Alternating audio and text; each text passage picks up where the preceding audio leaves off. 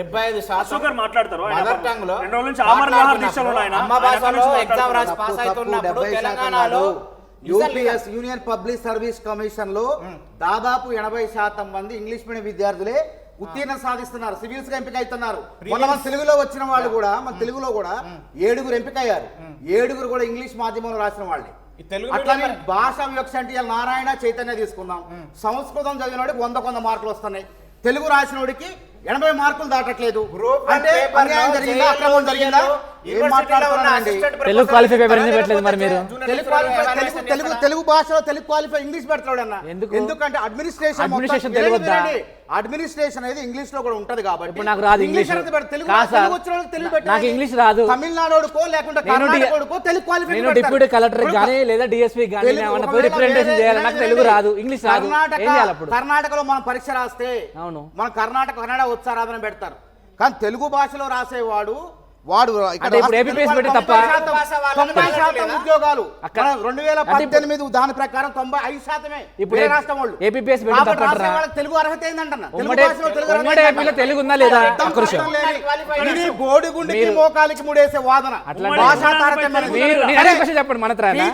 మన వాదనలను అదే విధంగా ఎందుకంటే తెలుగు మార్కుల మీద కాదు పడగాల్సింది. లీక్లు అయినాయా, తప్పులు జరిగినాయా, సివిల్ సర్వీస్ లో కూడా కఠిన మూల్యాంకనం అంటాం, సులభ మూల్యాంకనం ఉంటది. కఠిన మూల్యాంకనం నేను చెప్తాను, సులభ మూల్యాంకనం మధ్యలో సరాసరి మార్కులు తీసుకొని ఒక స్కేలింగ్ చేసి వాళ్ళ సరాసరి ఎగ్జామ్ ఎవరైతే ఉంటారో సరాసరి మార్కులు తీసుకొని నిర్ణయిస్తారు.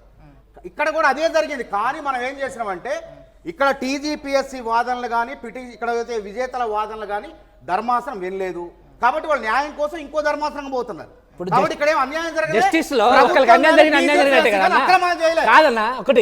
నారాయణ చైతన్యలో గురుకులాల్లో చదివే తెలుగు మీడియం అభ్యర్థులకు ఇంగ్లీష్ మీడియం అభ్యర్థులకు తేడా లేదా? సంస్కృతం రాష్ట్రానికి 100 రావటమైంది, తెలుగు రాష్ట్రానికి 80 రావటమైంది. కఠిన వ్యక్తి ఎవరైతున్నారు